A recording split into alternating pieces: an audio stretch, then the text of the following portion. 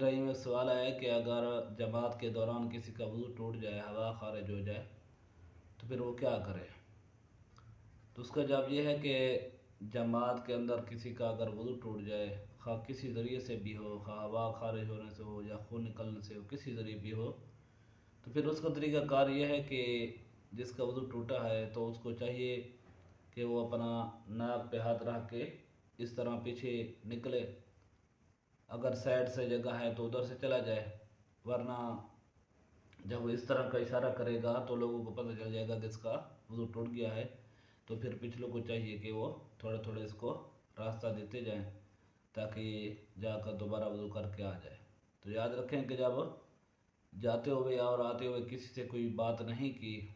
اور اس طرح وضو کر کے واپس آ گیا، تو پھر جو ہے جماعت سے ہے تو جہاں پر مطلب امام صاحب ہیں، خواہ وہ 1 رکعت رہ گیا یا 2 رکعتیں رہ گیا ہے تو وہیں سے ساتھ شروع ہو جائے، اور یہ جو بقایا رکھتے ہیں تو امام سے فارغ ہونے کے بعد اس کی جو ہے نا وہ پھر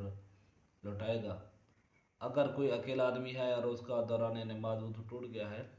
تو اس کے لیے حکم یہ ہے کہ وہ بھی اسی طرح وضو کرنے چلا جائے اور بغیر بات کیے واپس آ جائے، تو پھر وہیں سے شروع کرے گا جہاں اس نے نماز کو چھوڑا تھا۔ تو اس طریقے سے اس کو نئے سرے سے نماز شروع کرنے کی ضرورت نہیں ہے، بلکہ وہیں پر اسی سے شروع کرے گا جہاں سے اس نے نماز کو چھوڑا۔